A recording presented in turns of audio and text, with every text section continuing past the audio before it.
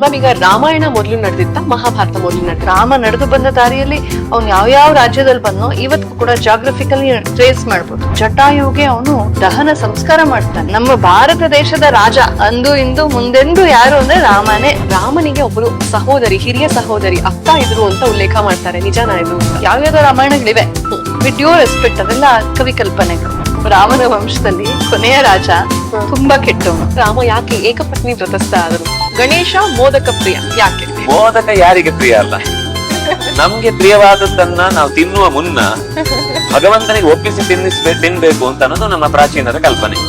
ಮತ್ತೆ ಕೆಲವೊಂದ್ ಸರ್ತಿ ಏನು ಅಂದ್ರೆ ಆ ಕಾಲಕ್ಕೆ ಯಾವುದು ಹೆಚ್ಚು ಹಿತವೋ ಅದನ್ನ ದೇವರಿಗೆ ನಿವೇದನೆಯಾಗಿ ಬಳಸಬೇಕು ಅಂತ ಒಂದು ನೈವೇದ್ಯದ ಚಿತ್ರಣ.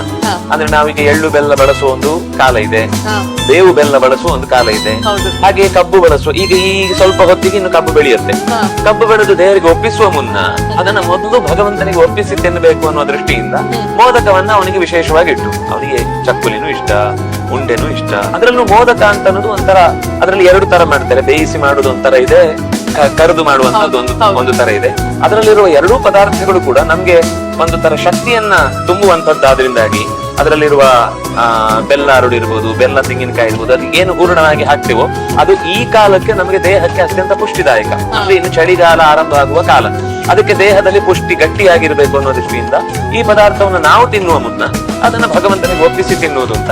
ಮಹಾಭಾರತದ ರಚನೆಯಾಗಿದ್ದು ಯಾವ ಸ್ಥಳದಲ್ಲಿ ಗೊತ್ತಾ? ಭಾರತದ ಕೊನೆಯ ಹಳ್ಳಿ ಅಂತ ಕರೆಸಿಕೊಳ್ಳೋ ಮನ ಅನ್ನೋ ಹಳ್ಳಿಯಲ್ಲಿ. ಈ ಒಂದು ಹಳ್ಳಿಯಲ್ಲಿ ಒಂದು ಗುಹೆಯನ್ನ ಇವತ್ತಿಗೂ ನಾವು ನೋಡಬಹುದು. ಇದರ ಹೆಸರು ವ್ಯಾಸ ಗುಹೆ. ಇದನ್ನ ವ್ಯಾಸ ಗುಫಾ ಅಂತ ಕೂಡ ಕರೀತಾರೆ. ವ್ಯಾಸ ಮಹರ್ಷಿಗಳು ಮಹಾಭಾರತವನ್ನ ಮಾತ್ರವಲ್ಲದೆ 18 ಪುರಾಣಗಳನ್ನ ರಚಿಸಿದ್ದು ಕೂಡ ಇಲ್ಲೇ. ಇದರ ಹತ್ತಿರದಲ್ಲೇ ಗಣೇಶ ಗುಹೆ ಕೂಡ ಇದೆ. ವ್ಯಾಸ ಗುಹೆಯ ಮೇಲೆ ವ್ಯಾಸಪೋತಿ ಅಂತ ಬರೆಯಲಾಗಿದೆ, ಅಂದ್ರೆ ದೊಡ್ಡ ಪುಸ್ತಕ. ಇನ್ಫ್ಯಾಕ್ಟ್ ಈ ಇಡೀ ವ್ಯಾಸ ಗುಹೆ ಒಂದು ಪುಸ್ತಕದ ಹಾಗೆ ಇದೆ. ಈ ಗುಹೆ ಹಾಳೆಗಳು ಕಂಡ ಹಾಗೆ ಕಾಣುತ್ತೆ ಎನ್ನುವುದೇ ಒಂದು ವಿಸ್ಮಯ. ಇನ್ನು 9 ಚಿರಂಜೀವಿಗಳಲ್ಲಿ ವೇದವ್ಯಾಸರು ಕೂಡ ಒಬ್ರು ಅನ್ನೋದು ಗೊತ್ತಾ? ಹೌದು, ಈ ಕಲಿಯುಗದಲ್ಲಿ ವ್ಯಾಸರು ಇದ್ದಾರೆ. ಇದರ ಜನ್ಮನಾಮ ಕೃಷ್ಣ ದ್ವೈಪಾಯನ. ಸ್ವಾಮಿ ವಿವೇಕಾನಂದರು ಒಂದ್ ಕಡೆ ಹೇಳ್ತಾರೆ, ವ್ಯಾಸ ಅನ್ನೋದು ಒಬ್ಬ ವ್ಯಕ್ತಿಯಲ್ಲ, ಇದು ಒಂದು ವಂಶಾವಳಿಯ ಹೆಸರು ಅಂತ. ಇನ್ನು ಗುರು ಪೌರ್ಣಮಿ ವ್ಯಾಸರಿಗೆ ಅರ್ಪಿತ, ಗೊತ್ತಾ? ಅದಕ್ಕೆ ಇದನ್ನ ವ್ಯಾಸ ಪೌರ್ಣಮಿ ಅಂತ ಕೂಡ ಕರೆಯೋದು. ವ್ಯಾಸರು ಜನಿಸಿದ ದಿನ ಇದು, ಹಾಗೂ ಅವರು ವೇದಗಳನ್ನ ವಿಂಗಡಿಸಿದ್ದು. ಕೋಟಿ ದೇವತೆಗಳು ಇದ್ರೂ ಕೂಡ ಗಣೇಶನಿಗೆ ಪ್ರಥಮ ಪೂಜೆ ಯಾಕೆ ಅಂತ ಗುರುಗಳು? ಗಣೇಶ ಅನ್ನೋ ಹೆಸರು